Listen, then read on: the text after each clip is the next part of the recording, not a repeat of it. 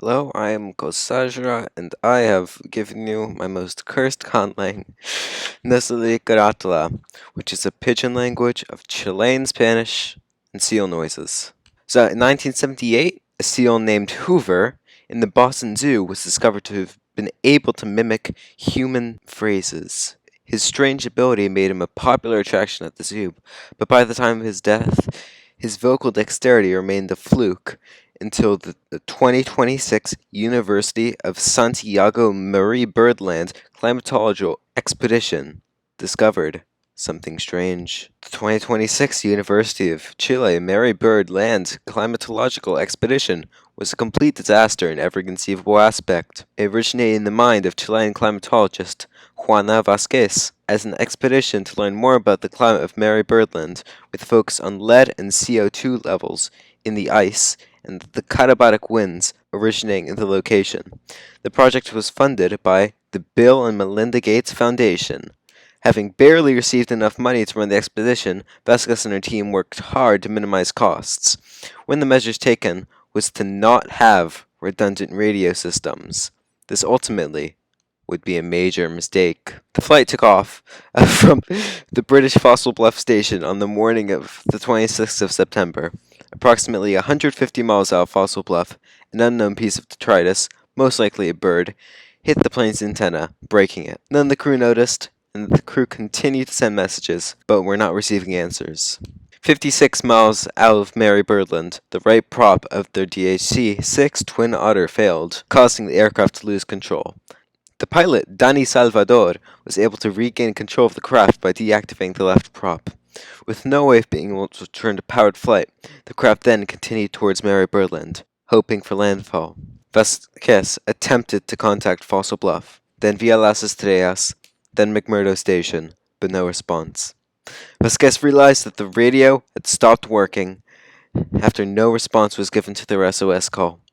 They realized it hadn't been working for multiple hours. A mile out from shore, the plane began to stall, resulting in a hard landing 2 miles in from the shore. No repair would be possible. They gathered what supplies were left and walked out to the coast, but on the way they encountered a group of 7 seals that were communicating in an unknown language. Of these 7 seals, 5 of them appeared injured and had bite marks that the 2 healthy seals were trying to cover. As the seals noticed the humans, they initially attempted to flee, but they sensed the humans would not hurt him, and Vasquez slowly approached with a first aid kit and helped heal the seal's wounds.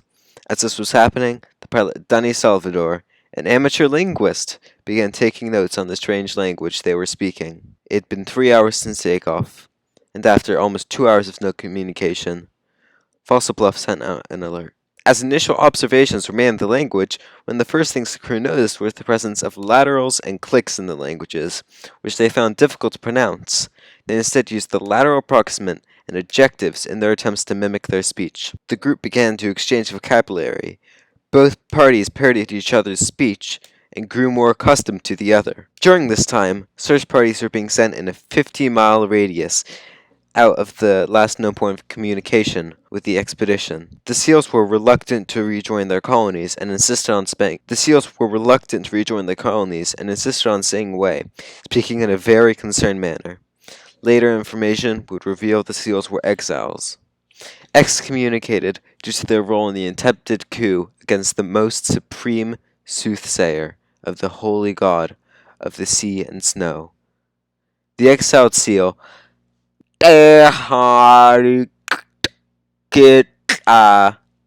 chosen by God, was the convicted usurper. Without hope of rescue, they decided to take the long trek back to Fossil Bluff.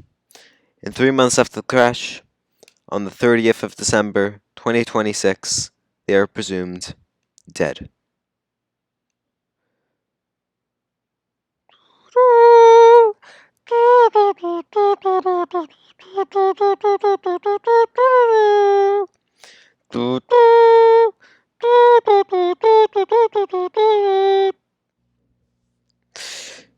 It'd be at this time that the humans would run out of rations, my face, but the seals were able to catch fish and cephalopods for them, which they were able to persist on.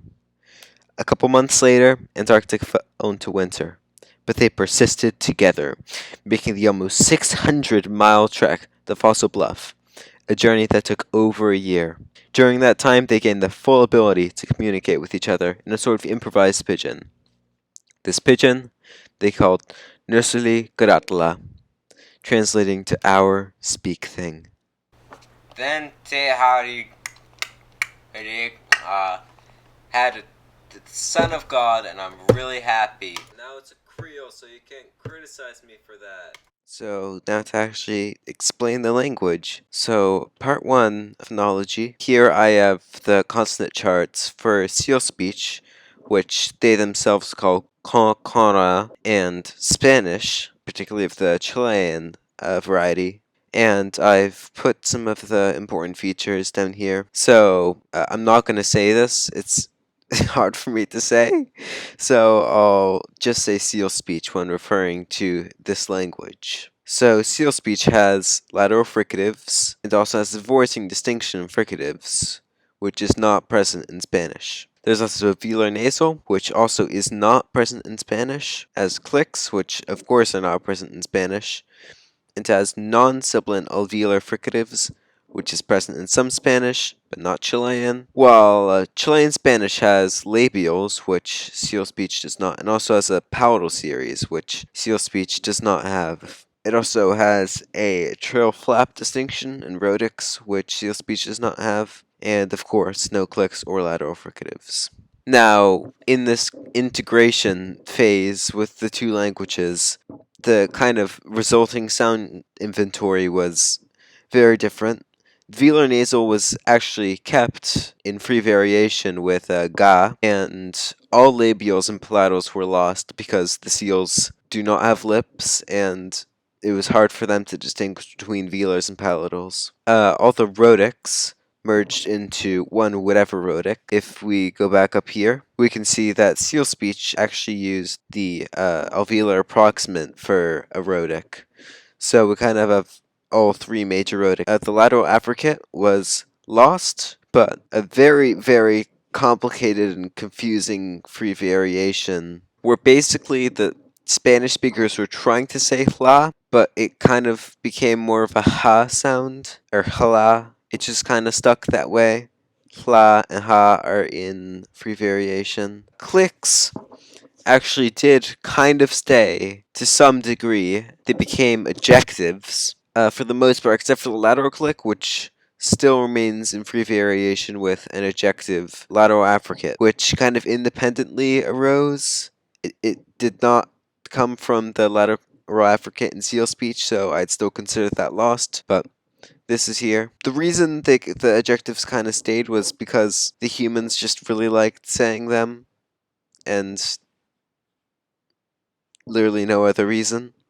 There's also no longer a sibilant distinction in fricatives. Well, there never was, but now there really isn't. There's also now no sibilant distinction in fricatives. Here are the two charts for vowels.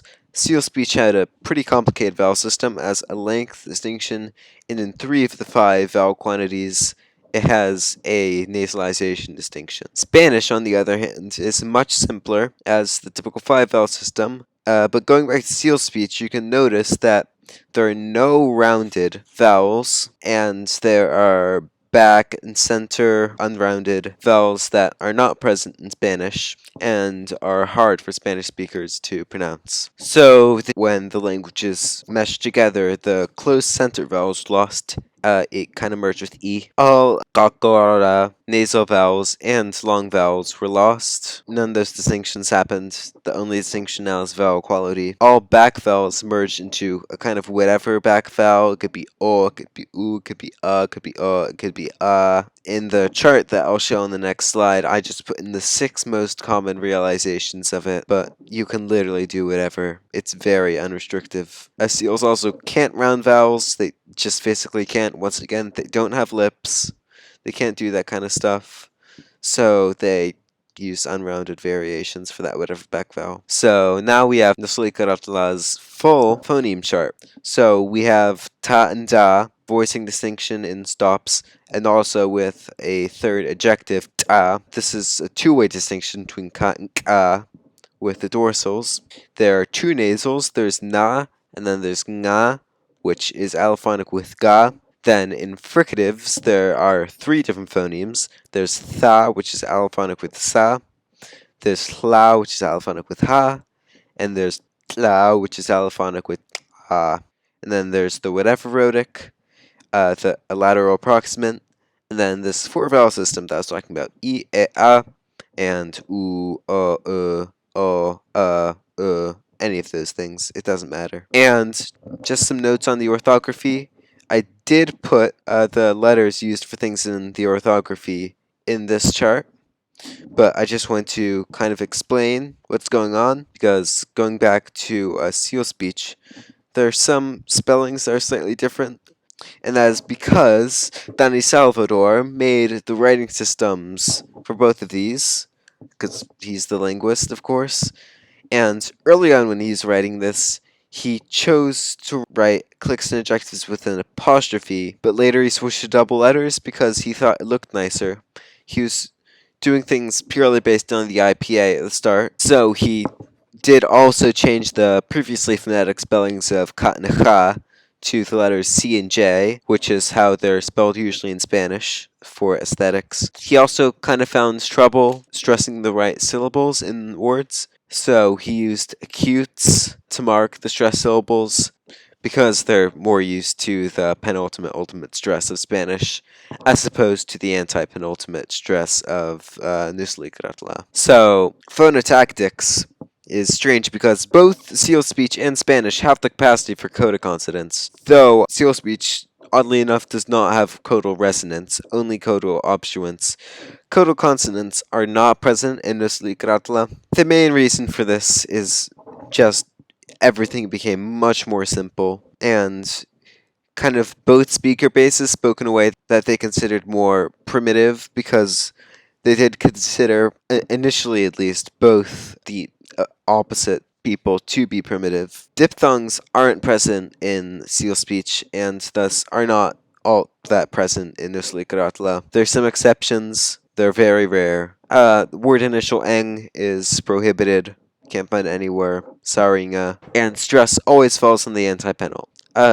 As for the syntax, both languages are head initial, and thus many of these orders where cap nouns go before the adjective, as they are in both seal speech and Spanish. The verb goes before the object, as in both seal speech and Spanish. Preposition goes before the noun in seal speech and Spanish. And possessors precede their possessees, like it is in Spanish, but the order is reversed in seal speech, where possessees typically go in front of their possessors. Now, I'm just going to go off on a little bit of a tangent here and talk about seal speech grammar, because it is kind of important and I do kind of want to explain it, but this is not my submission. I'm not submitting seal speech. I'm submitting Núsuli Kurátula, the Creole, not the seal language. In Kokora, nouns are marked for 8 cases and 4 numbers. It's pretty complicated. And they also use a split ergative system that uses an animacy hierarchy. There are also 2 different ways to pluralize nouns, I guess. There are count and mass. Count nouns use singular plural, and mass uses singulative collective. And this is also based on the animacy hierarchy. Things above are nominative accusative, things below are ergative. And in the case of the lowest, objects and abstract concepts cannot be agents. And in the cases that these markings are moved, in the case that the noun is a dependent, these markings are moved to the head. Kokora is very head marking. Pronouns are marked for gender, but not nouns. Here's the basic composition of a noun. Here's the list of cases. As an ergative case, as an absolutive nominative case, as an accusative, which doubles as an allative, as a dative, which doubles as a prepositional.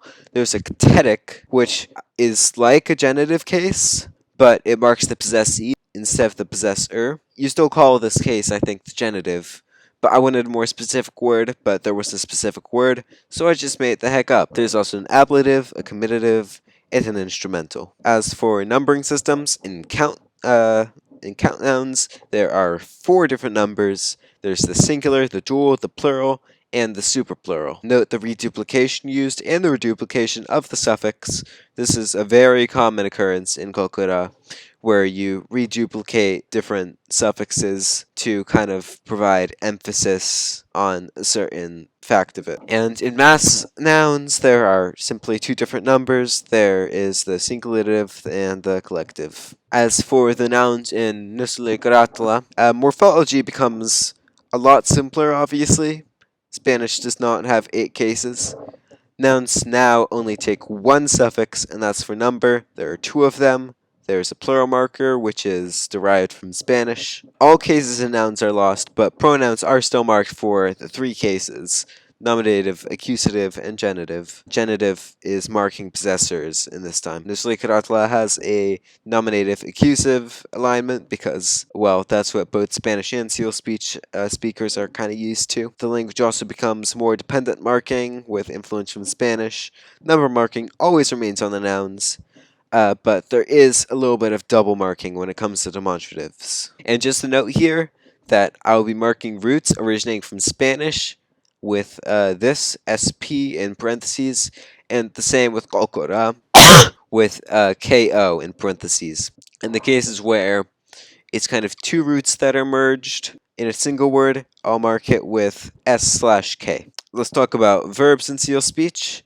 There are 5 tenses and 2 aspects. There is a perfective and an imperfective, and 5 different numbers: present, future, past. And also, with the reduplicated future, you get the distant future. If we reduplicate the past auxiliary, you get the distant past. These are auxiliaries, by the way. They succeed the verb, they're dependents, and modality is marked by various particles and sometimes dependent clauses, depending on which modal you're using. And here are some important modals. There's the obligative, oric, there's obligative, which is sikan, and there's also negative, which is the word for no, which is and my personal favorite, subjunctive, toke, which translates to if God wills. Verbs in this Kurátula are also significantly simplified, like the nouns. The morphology of the verbs are simplified, but not really as much as the nouns.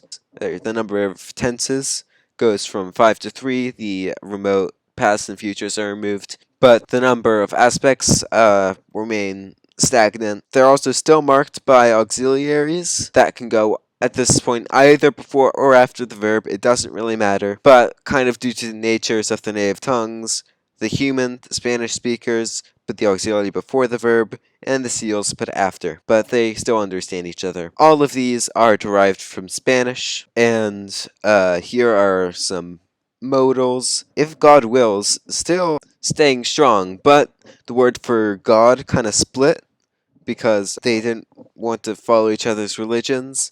So the Spanish speakers use dija, and the seals use tata. And here's the pronoun chart, which I apparently was very happy about.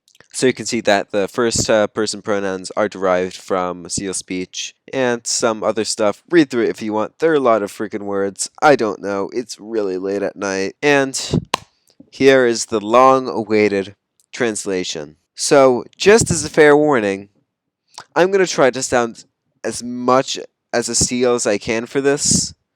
So, I am going to run my little hard on this so I don't out, and I'm also going to keep my tongue behind my teeth because I can't do that. And now I'm going to again. Adehasa dohela orihana senilo esute toho de grasa huli dohela elisa kuherotusa a kingu sali uriha nutihera deku elisa datulosesa isu kingu garo adehasa tuhela deku adehasa kita no kuhesa nilatesa urihanu. And thanks for coming to my TED Talk. That's it. I've been rambling for way too long now. Curse Conlang, am I right? Oh, and I would like to submit this for the a posteriori category.